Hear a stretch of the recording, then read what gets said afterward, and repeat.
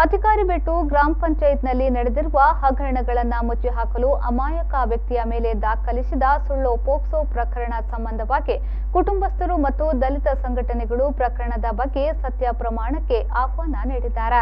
ಈ ಬಗ್ಗೆ ಮಂಗಳೂರಿನ ಪ್ರೆಸ್ ಕ್ಲಬ್ನಲ್ಲಿ ಸುದ್ದಿಗೋಷ್ಠಿ ನಡೆಸಿ ಮಾತನಾಡಿದ ದಲಿತ ಸಂಘಟನೆಯ ಮುಖಂಡರಾದ ಅಶೋಕ್ ಕೊಂಚಾಡಿ ಅವರು, ಅಧಿಕಾರಿ ಬೆಟ್ಟು ಗ್ರಾಮ ಪಂಚಾಯತ್ನಲ್ಲಿ ಕಳೆದ 4 ವರ್ಷಗಳಿಂದ ಕರ ವಸೂಲಿ ಕರ್ತವ್ಯವನ್ನ ಗಣೇಶ್ ಎಂಬುವರು ಮಾಡುತ್ತಿದ್ರು. ಕೆಲವೊಂದು ನಿರ್ದಿಷ್ಟ ಅವ್ಯವಹಾರಗಳ ಬಗ್ಗೆ ಸ್ವರವನ್ನ ಕೂಡ ಎತ್ತಿದ್ರು. ಆದರೆ ಸ್ಥಾಪಿತ ಹಿತಾಸಕ್ತಿಗಳು ಅಕ್ರಮ ಕೂಟವನ್ನ ಕಟ್ಟಿಕೊಂಡು ಪಂಚಾಯತ್ನ ಅಕ್ರಮವನ್ನ ಮುಚ್ಚಿ ಹಾಕಲು ಪ್ರಯತ್ನಿಸುತ್ತಿದ್ದಾರೆ. ಗಣೇಶ್ ಎಂಬುವರು ಅಮಾಯಕರಾಗಿದ್ದು, ನ್ಯಾಯಕ್ಕಾಗಿ ಇವರ ಕುಟುಂಬ ಮತ್ತು ದಲಿತ ಸಂಘಟನೆಗಳು ಸತ್ಯ ಪರೀಕ್ಷೆಗೆ ಮುಂದಾಗಿದ್ದೀವಿ ಎಂದು ಹೇಳಿದ್ರು. ಕೆಲವರು ಅವರ ಆಪ್ತರಲ್ಲಿ ಈ ವಿಚಾರವನ್ನು ಹಂಚುತ್ತಾರೆ. ನಾನು ಏನು ತಪ್ಪು ಮಾಡಿಲ್ಲ, ಯಾವ ಜಾಗಕ್ಕೂ ಬೇಕಾದರೂ ನಾನು ಪ್ರಮಾಣ ಮಾಡಲಿಕ್ಕೆ ಸಿದ್ಧನಿದ್ದೇನೆ. ಅಲ್ಲಿ ಮುಲ್ಕಿಯಲ್ಲಿ ಧೂಮಾವತಿ ದೈವ ಅಂತ ಉಂಟು, ಒಂದು ಪವರ್ಫುಲ್ ಆದಂಥ ಕ್ಷೇತ್ರ. ಅಲ್ಲಿ ಕೂಡ ಇವರ ಕುಟುಂಬ ವರ್ಗದವರು ಸತ್ಯ ಪ್ರಮಾಣಕ್ಕೆ ಕರೆದಿದ್ದಾರೆ.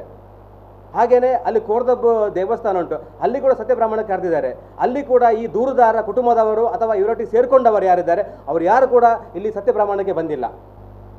ಗುರುವಾರದಂದು 8ನೇ ತಾರೀಕು ಬೆಳಿಗ್ಗೆ 10 ಗಂಟೆಗೆ ಸರಿಯಾಗಿ ನಾವಲ್ಲಿ ಹಾಜರಿರ್ತೇವೆ ಕಣತೂರು ಕ್ಷೇತ್ರದಲ್ಲಿ.